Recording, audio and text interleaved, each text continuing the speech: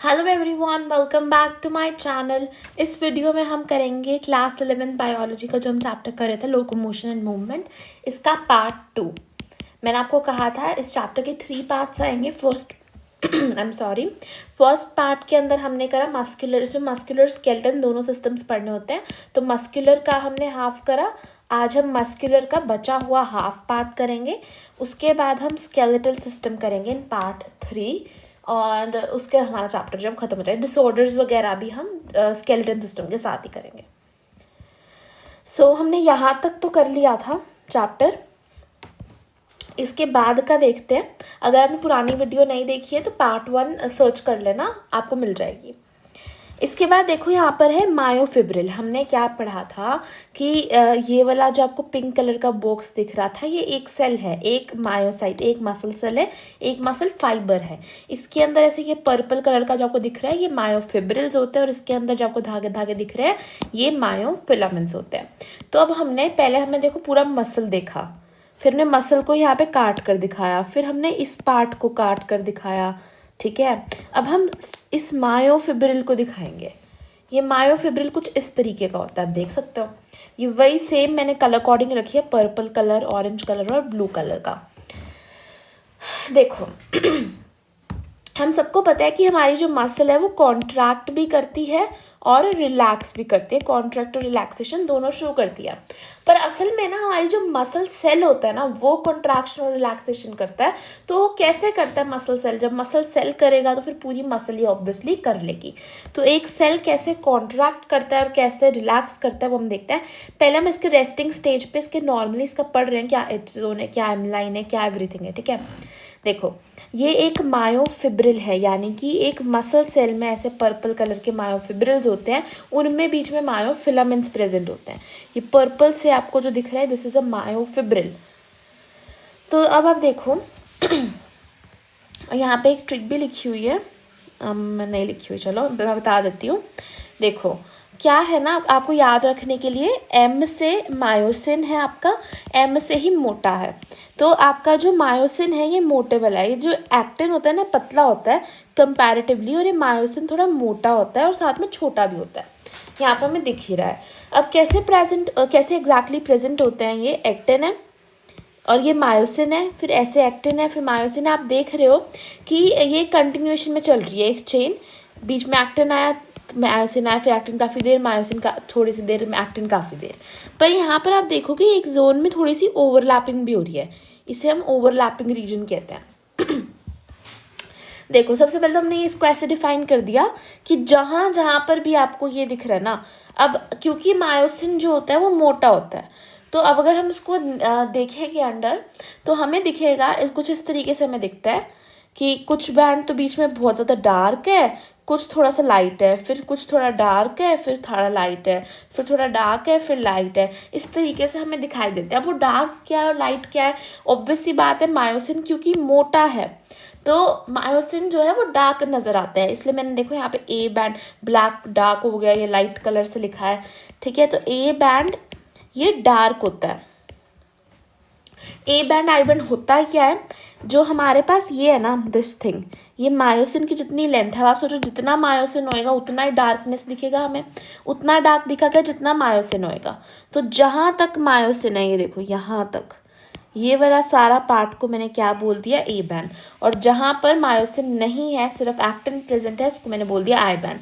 अच्छा, अब जो ओवरलैपिंग रीजन है वो कहाँ पे आएगा, ए बैंड में या आई बैंड में? ऑब्वियसली अब आप देखो पहले मायोसिन तो मोटा था, उसके ऊपर एक्टिन भी थोड़ा पतला, थोड़ा तो है ही पतला सा, तो ये वाला रीजन तो उल्टा बहुत डार्क हो गया, तो ये भी ए बैंड के अंदर ही आ जाएगा। ए बैंड इज डार्क वाली साइड। ठीक है, A band I band, I hope आपको क्लियर है। ऑब्वियसली ज़्यादा बड़ा क्या होगा, आई बैंड होएगा। ए बैंड में से भी क्या, थोड़ा सा बीच वाला पोर्शन है वो कम डार्क कर दिखेगा, ये वाला बहुत डार्क दिखेगा साइड्स वाला, ए बैंड की अगर बात करें तो। उसके बाद हम देखते हैं एच जोन क्या होता है। एच जोन बेसिकली वो वाला एरिया जो पिंक से आपको दिख रहा है ना, मतलब आपका ए बैंड ही है एच जोन, पर उसके अंदर ओवरलैपिंग रीजन को हम इंक्लूड नहीं करते, सिर्फ और सिर्फ मायोसिन वाले रीजन को इंक्लूड करते हैं। ये वाले रीजन को इसमें से सबट्रैक्ट कर देते हैं हम, किसको, एच जोन में। इसके बाद हमारे पास ना दो तरीके की लाइंस है, एम लाइन और जेड लाइन। जो एम लाइन होती है ना वो हमारे मायोसिन को एक जगह पे टिका के रखती है। मायोसिन कहीं हिल ना जाए, इनको इस तरीके से। ये एम लाइन जो है ना, ये लाइंस जो है एम लाइन, जेड लाइन, ये सब इमेजिनरी लाइंस है। असल में तो इनके पास प्रोटीन्स प्रेजेंट हैं, वो इनको जो है होल्ड करके रखते हैं उनकी प्लेस पे, उनको टिका के रखते हैं ताकि वो मूव ना कर जाए इधर उधर।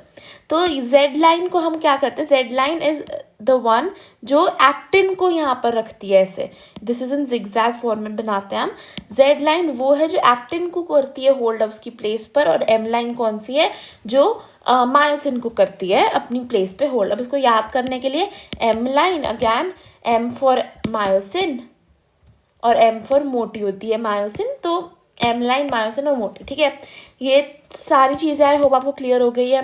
इसके बाद दो जेड लाइन के बीच का जो डिस्टेंस है, ये वाला जो पार्ट है दो जेड लाइन्स के बीच में, इसको हम कहते हैं एक सार्कोमियर। क्यों कहते हैं, देखो एक दो जेड लाइन के बीच में जो है ना एरिया, ये मिलकर एक यूनिट की तरह वर्क करता है। आप देखो एक सेल एक यूनिट की तरह वर्क नहीं करता है, क्या वर्क करता है, बीच में जो जेड लाइन्स यहाँ पे लेट्स से प्रेजेंट है, तो ये जो एक यूनिट है ना, ये मिलकर एक फंक्शनल यूनिट की तरह काम करता है। जैसे किडनी में एक नेफ्रॉन काम करता है, वैसे ये एक यूनिट की तरह काम करता है, जिसको हम क्या बोलते हैं, सार्कोमियर कहते हैं। ये सार्को वर्ड जो है ना, ये आपका मसल फाइबर के लिए ही यूज हो रहा है। देखो सार्कोमियर बोला मसल फाइबर के यूनिट को, सार्कोप्लाज्म मसल फाइबर के साइटोप्लाज्म को, सार्कोलेमा हमने बोला मसल फाइबर के सेल मेम्ब्रेन को।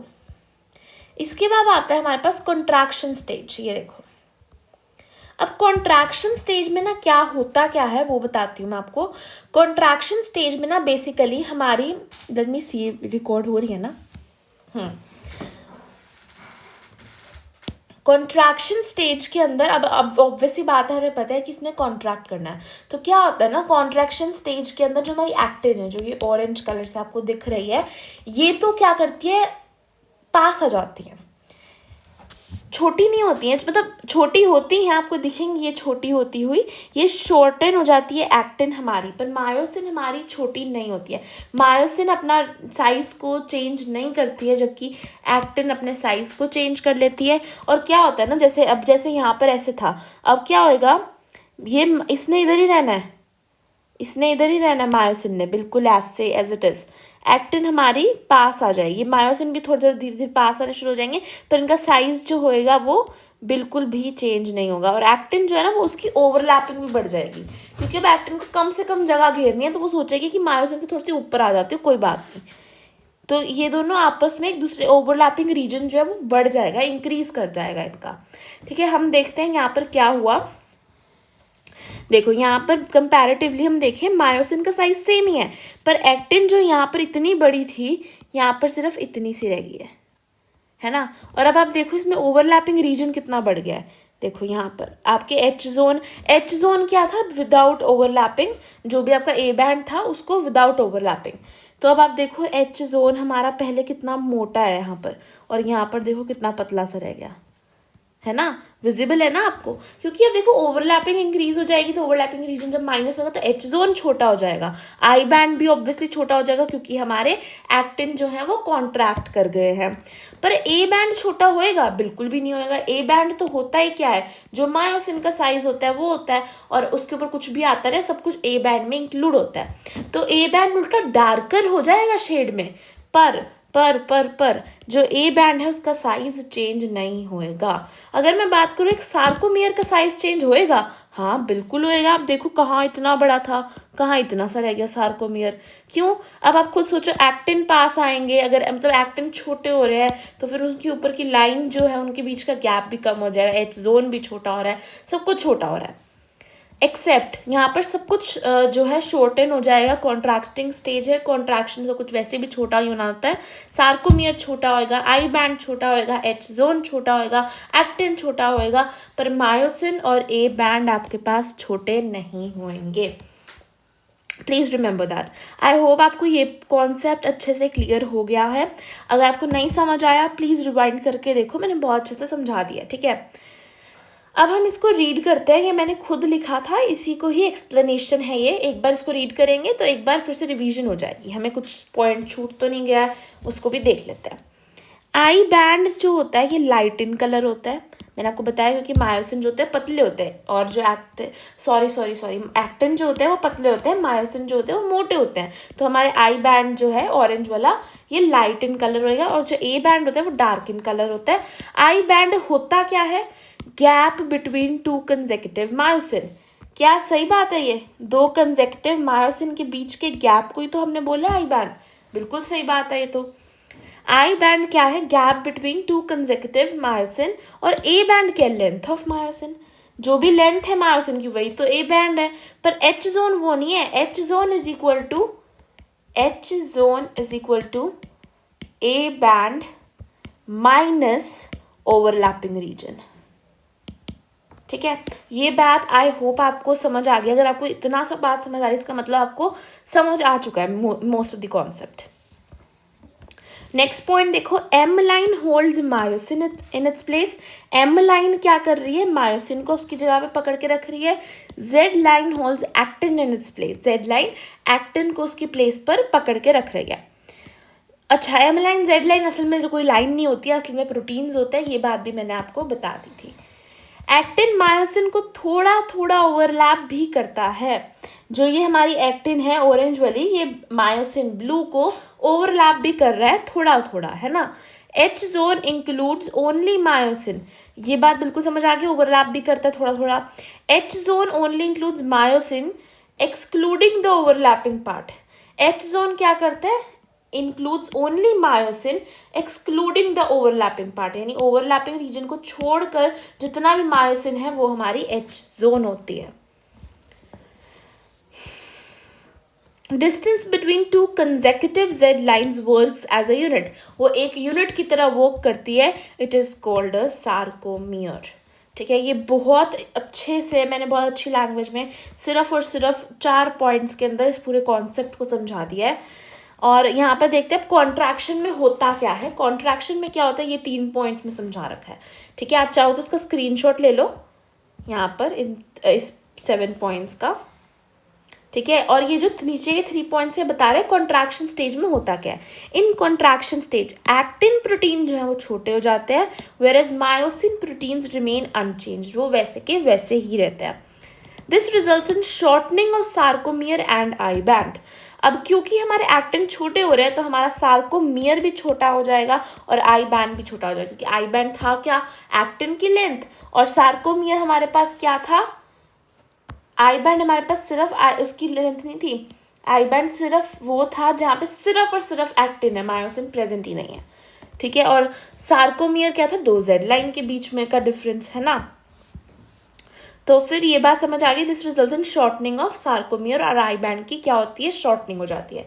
As myosin protein is unchanged, myosin protein वैसा ही रहता है। There is no change in A band. A band बिल्कुल वैसा का वैसा ही रहता है, मायोसिन भी वैसा रहेगा, ए बैंड भी वैसा रहेगा।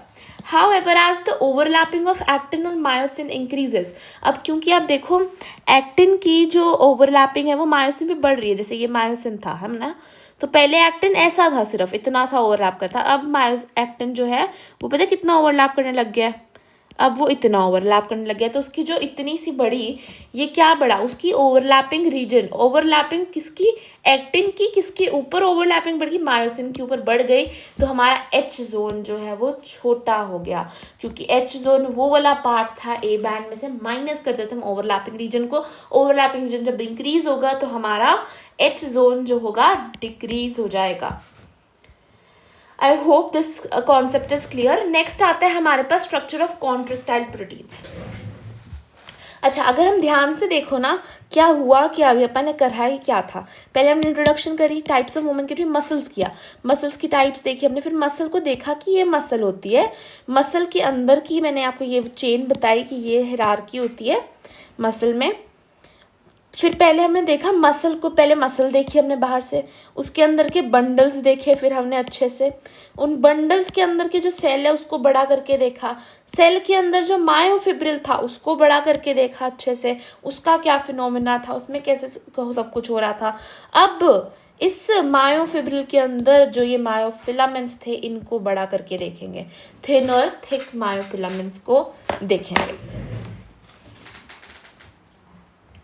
इसकी क्या हेडिंग डाली हमने, स्ट्रक्चर ऑफ कॉन्ट्रेक्टाइल प्रोटीन्स, यानी स्ट्रक्चर ऑफ, इनको ही बोला है कॉन्ट्रेक्टाइल प्रोटीन्स, इनको ही बोला है। ये जो ऑरेंज और ब्लू है ना, बेसिकली मोस्ट ऑफ द, ये जो ब्लू वाला पार्ट है जो हमारा थिक फिलामेंट है, दिस इज थिकर पार्ट, ये थिक फिलामेंट मोस्टली मायोसिन से बड़ा होता है, पर इसके अंदर और भी प्रोटीन्स होते हैं। ऐसे ही एक्टिन जो ये थिन फिलामेंट है हमारा, यानी ये भी हमारा थिन फिलामेंट भी मोस्टली एक्टिन से बना होता है, पर इसमें भी और चीज़ें होती हैं। तो हम थोड़ा सा डिटेल के अंदर देखेंगे क्या क्या होता है ये प्रोटीन्स, ये मायोफिलामेंट्स हैं क्या। पहले हम पढ़ेंगे थिन मायोफिलामेंट्स, यानी जो ऑरेंज कलर से दिखाए गए हैं उनके बारे में पढ़ेंगे, ठीक है।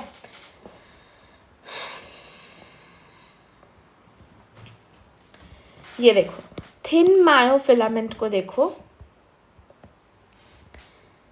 सबसे पहला होता है एक्टिन, जो कि इसका मेजर कंपोनेंट होता है। मेजॉरिटी में आपको एक्टिन ही दिखेगा थिन मायोफिलामेंट के अंदर। तो एक्टिन क्या होता है आपको बताइए, एक्टिन अभी हम पढ़ ही रहे थे, at the time of relaxation they are inactive.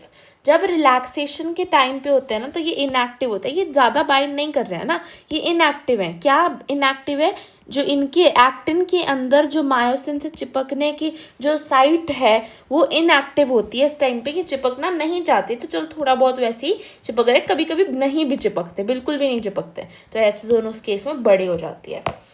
But अगर हम बात करें कॉन्ट्रेक्टाइल स्टेज में, तो वहाँ पे उनकी जो बाइंडिंग साइट थी मायोसिन के साथ वाली, वो एक्टिव हो जाती है, तभी वो ज़्यादा बाइंड कर जाते हैं मायोसिन के साथ, है ना।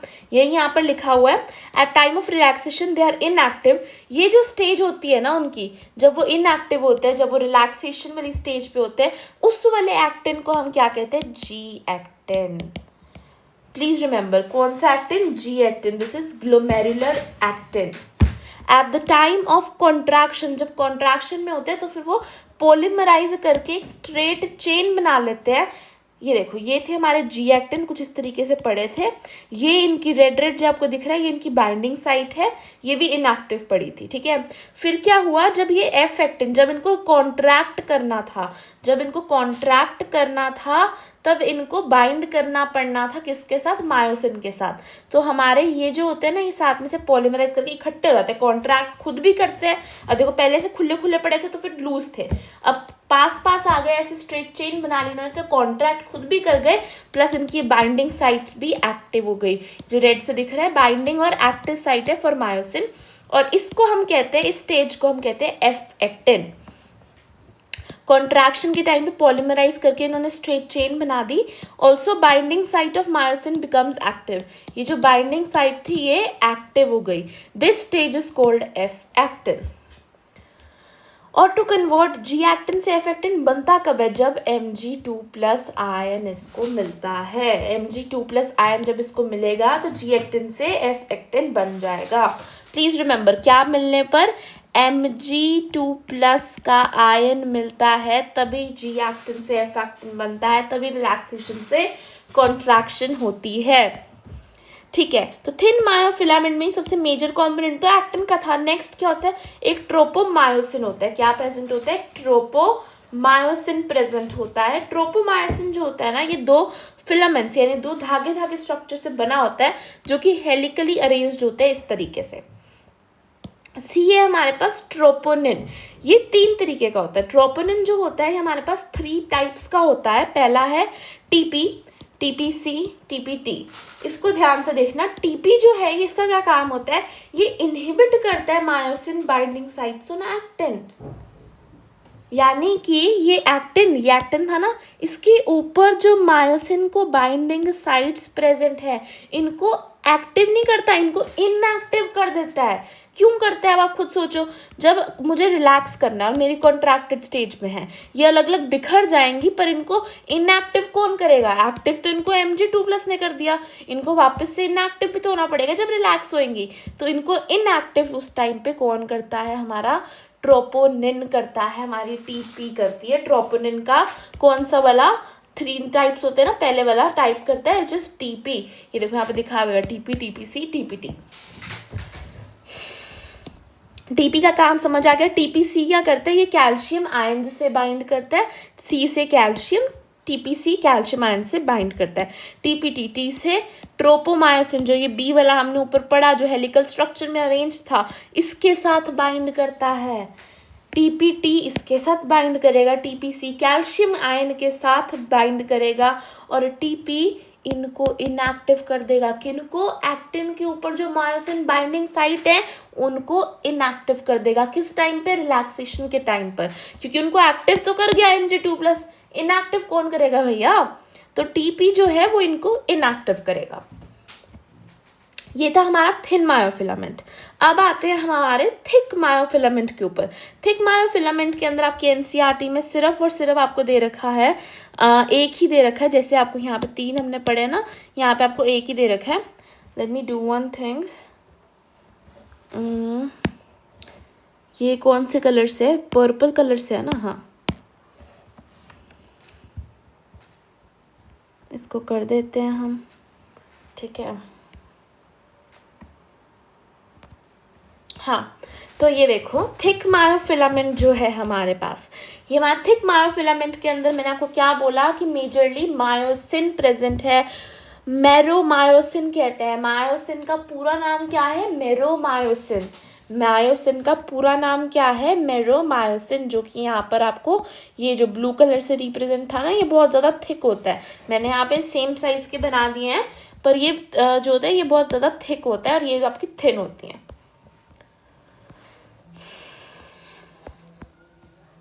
Meromyosin या myosin, the body is divided into 3 parts: globular head, short arm and tail। जो हमारी मायोसिन की बॉडी होती है, जो ब्लू कलर से आपको दिखाया था, उसको हमने 3 पार्ट्स के अंदर डिवाइड करा होता है, which are globular head, short arm and tell.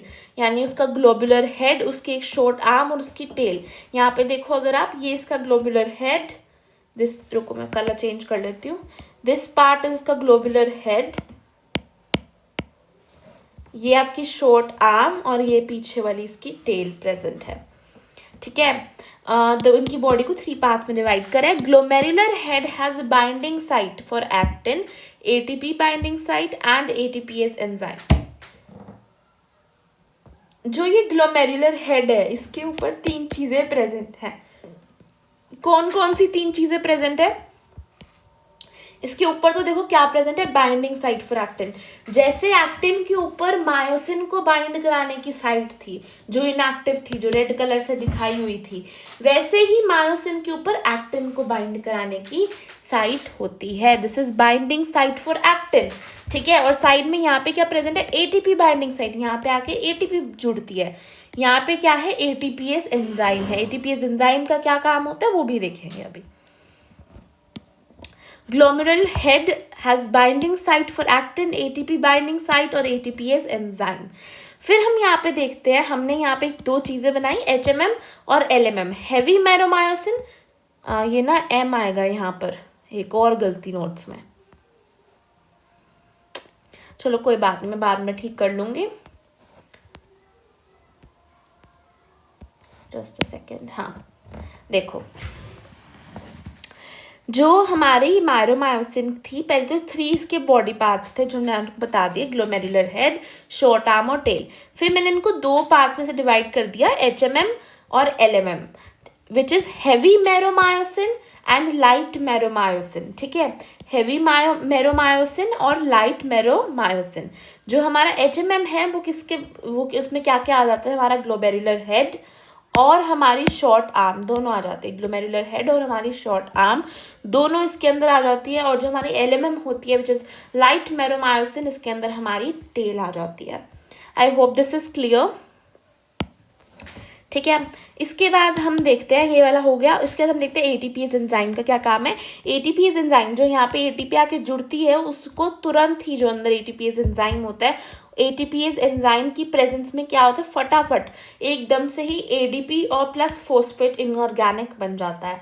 ATP टूटकर एडीपी प्लस इनऑर्गेनिक फोस्फेट बना देती है। इनऑर्गेनिक फोस्फेट तो तुरंत भाग जाता है, ठीक है। और इसे हम क्या कहते हैं? एटीपी का क्या हो गया? एटीपी की हाइड्रोलाइसिस हो गई है।